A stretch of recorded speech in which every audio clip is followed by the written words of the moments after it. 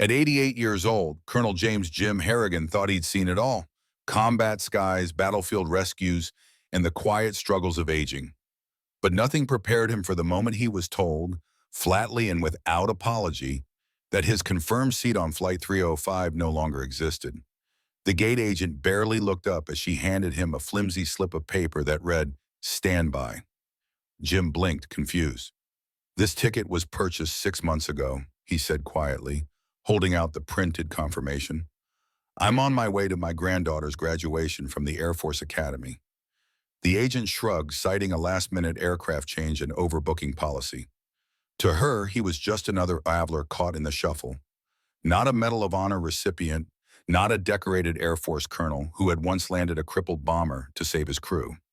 Jim kept his voice calm, though his hands trembled slightly, not with age, but with the sting of quiet disrespect. He presented his DoD identification card, the one issued only to recipients of the nation's highest military honor. Still, the agent showed no sign of recognition, no concern for his destination or past. "It's out of my hands," she said. "Next in line, please." Jim stepped aside, the standby slip crumpling softly in his hand. Through the terminal window, he could already see the aircraft that was supposed to carry him to Colorado Springs. A simple flight, a treasured moment, denied by a system that didn't recognize honor, only boarding codes. He found a seat near the glass, heart heavy, not with anger, but quiet disbelief. He had faced enemy fire with more dignity than what he now encountered from a desk. Colonel James Jim Harrigan stood silently at gate B7, clutching the small slip of paper that now read, "Standby," in block letters. His original boarding pass, seat 12A, purchased 6 months earlier, was nowhere to be found.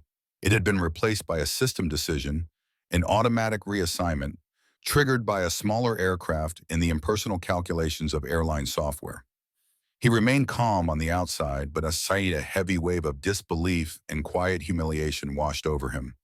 This wasn't just any trip. He was on his way to pin lieutenant bars on the shoulders of his granddaughter, Emily, who would soon graduate from the Air Force Academy. A moment generations in the making was now slipping away, not due to weather, not due to mechanical failure, but because a gate agent refused to see the man standing in front of her.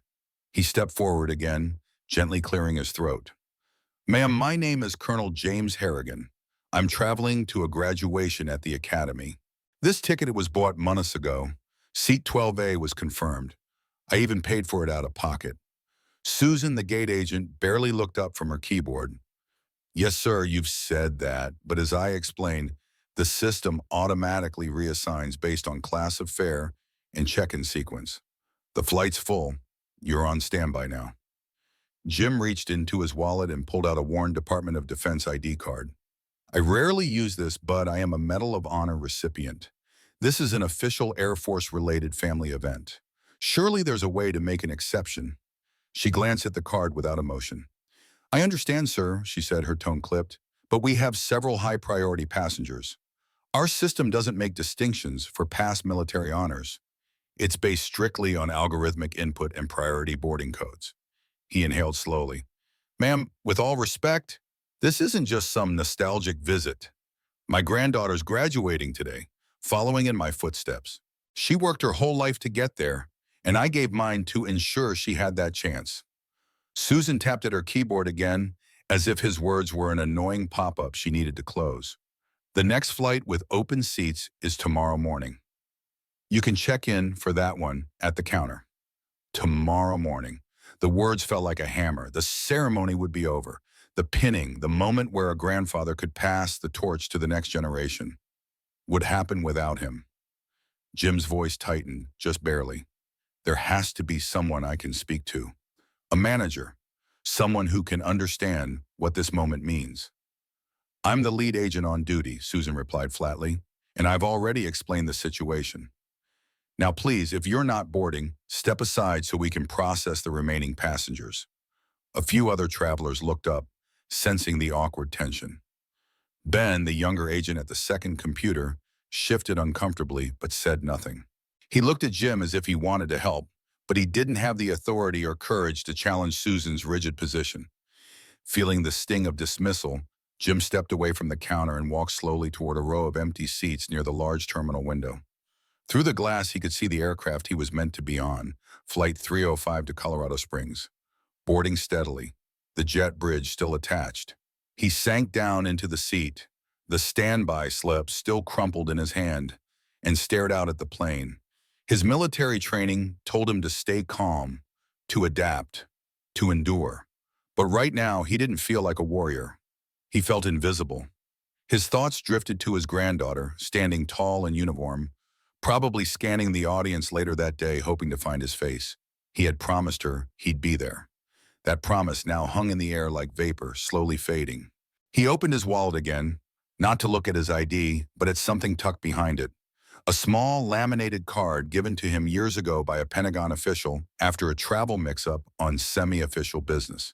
It was a direct line to the Department of Defense's Distinguished Visitor Protocol Liaison. For situations where dignity must be preserved, the officer had said. He had never used it, never thought he would. But now, as he looked once more at the indifferent gate in the departing flight, Jim realized this was not just about a missed seat. This was about respect, and someone needed to remember what that meant. Jim stared at the small laminated card in his hand, its edges worn soft from years inside his wallet, its text still crisp. Department of Defense Distinguished Visitor Protocol Office, 24/7 liaison line.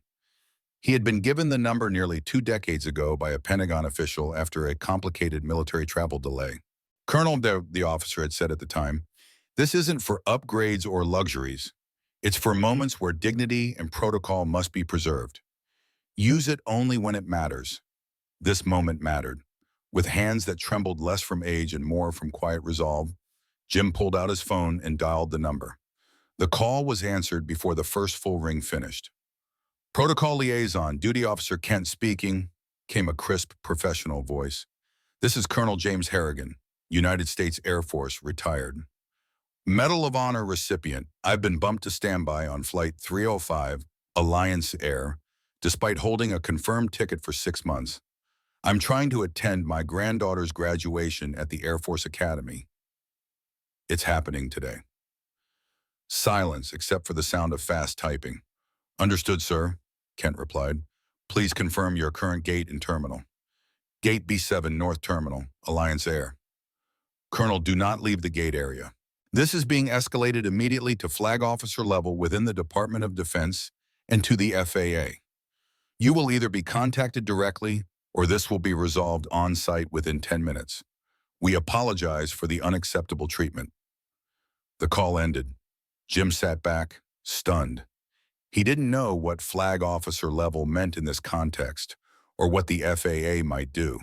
It sounded dramatic, even improbable. Still, a flicker of hope lit within him.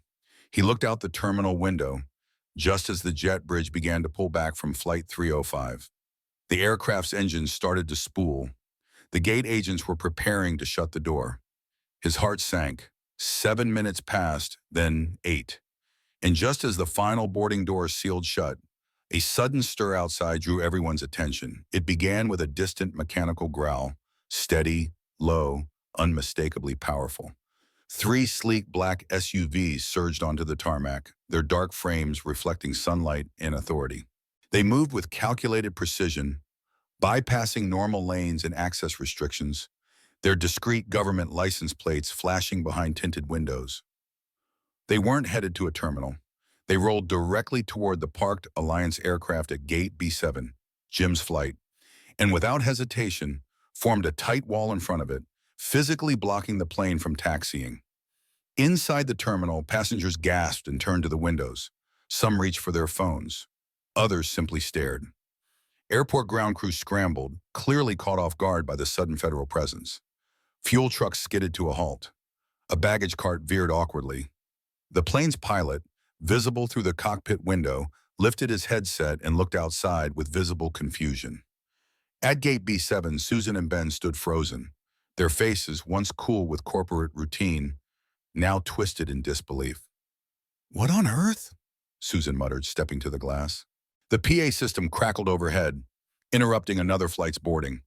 "Alliance Air, Gate B7. Hold your aircraft. Federal authorities are on site." Await instructions. Two men in dark suits with earpieces emerged from the lead SUV and briskly entered the terminal. Their movement was purposeful, their posture commanding. One spoke quietly into a wrist mic while scanning the room. Then both locked eyes on Jim and approached with respect. "Colonel Harrigan?" the taller one asked. Jim stood slowly. "Special Agent Davies, Department of Defense Protocol Office. Please come with us, sir. We have this situation resolved." Before Jim could respond, another figure appeared at the gate. An older man with tousled hair and a loosened tie, flanked by the airline executives and airport security. The staff parted instinctively for him. His expression was thunderous. It was Alistair Finch, president and majority shareholder of Alliance Air. He went directly to Jim, ignoring everyone else. "Colonel Harrigan," Finch began, his voice taut with controlled anger. Not at Jim, but at the situation. "I was just informed by a very persuasive four-star general at the Pentagon that your treatment in here today has been nothing short of disgraceful." He glared at Susan and Ben, who both looked like they wished the floor would swallow them. "There are no excuses. You had a confirmed seat. You are a Medal of Honor recipient traveling to an official military event. And instead of honoring that, we showed you a system driven by algorithms and apathy." He turned back to Jim, his tone softening. "Flight 305 is being held. A first-class seat is waiting. You will be on that flight, sir, even if I have to pull a corporate executive off that plane myself." Jim exhaled slowly. For the first time all morning, he felt seen. Not as a complication, not as a number, but as a man worthy of respect. The terminal had never been quieter. As the two Department of Defense agents stood beside Colonel James Jim Harrigan at Gate B7, the whispers around them turned into stunned silence. Then came the unmistakable sound of polished dress shoes striking tile. Mr. Alistair Finch, president and majority shareholder of Alliance Air, strode onto the scene. His suit was rumpled, his tie slightly crooked, and his face flushed with urgency. The man looked as though he had been pulled from a boardroom mid-crisis, and in a way, he had. Mr. Finch didn't stop to acknowledge his own staff or even the airport director trailing behind him. Instead, he made a beeline for Colonel Harrigan. "Colonel," he began, extending his hand and speaking with tightly controlled emotion, "I was just made aware, by a rather stern four-star general at the Pentagon, of the appalling treatment you received here today. Let me say this plainly. What happened at this gate is inexcusable." Jim rose slowly from his chair, steadying himself with one hand. His expression remained composed, though the tremor in his fingers gave away the emotional toll of the past hour. "Mr. Finch," he said with a quiet dignity, "I didn't ask for special treatment. I just needed to be there for my granddaughter." Finch's jaw tightened as he turned sharply towards Susan and Ben, the two gate agents still frozen by the windows. "And yet, instead of a seat you rightfully held, you were handed indifference and a standby ticket," he said, now speaking loud enough for nearby passengers and staff to hear. "Susan, I want you to know something. There is a federal protocol, underpinned by law and honor, that applies to Medal of Honor recipients, and you violated that." Susan's eyes widened. She stammered, "Sir, I was following procedure. The system—" "No system," Finch cut in, "should ever override human decency." He turned back to Jim. "Colonel Harrigan, Flight 305 is being held. You will be personally escorted to your seat. First class, of course, and I've authorized any necessary adjustments to ensure your comfort. If we need to remove a corporate executive to make space, so be it. Your seat is ready." Jim nodded slowly, deeply moved, but said nothing.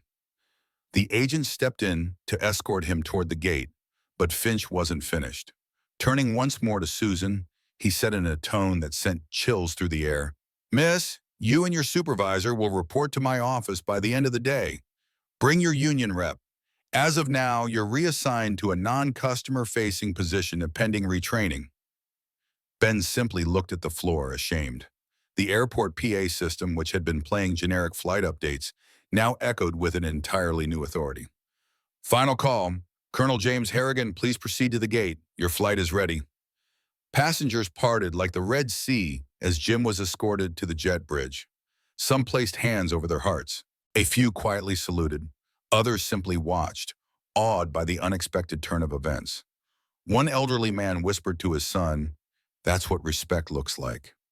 Once aboard, Jim found his new seat, a plush first-class window with extra legroom. A flight attendant greeted him with tears in her eyes and whispered, "Thank you for your service, Colonel." Another passenger nearby gently offered him a salute. He returned it with a nod. Down on the tarmac, the black SUVs remained in position until the aircraft's door closed. Only then did they roll away in synchronized formation. Flight 305 took off 45 minutes late, but with a renewed sense of purpose. The story would ripple through the aviation community for years to come. The day a Medal of Honor recipient got bumped, and the Pentagon and the airline president put everything on hold to make it right. Jim didn't need headlines. He didn't want recognition. All he wanted was to see his granddaughter graduate, and thanks to honor, action, and accountability, he would. Colonel James Jim Harrigan arrived in Colorado Springs just in time. As he stepped onto the Air Force Academy grounds, the warm spring sun bathed the cadet parade field in light. He stood tall despite his age, his dress blues pressed and his Medal of Honor resting quietly above his heart. The moment he had traveled so far to witness and nearly missed was finally here. His granddaughter, Emily, stood at attention with her graduating class, a shining example of service and family legacy. When her name was called, Jim stepped forward, his hands trembling not from age but from pride. With care and reverence, he pinned the gold lieutenant bars on her shoulders, the same rank he had once held when he first wore the uniform. The crowd applauded, unaware of the dramatic events just hours before. To them, it was just a proud grandfather honoring his granddaughter. But to Jim and to those who knew the story, it was a quiet triumph over a system that had forgotten what real honor looks like. He hadn't sought special treatment. All he had asked for was dignity.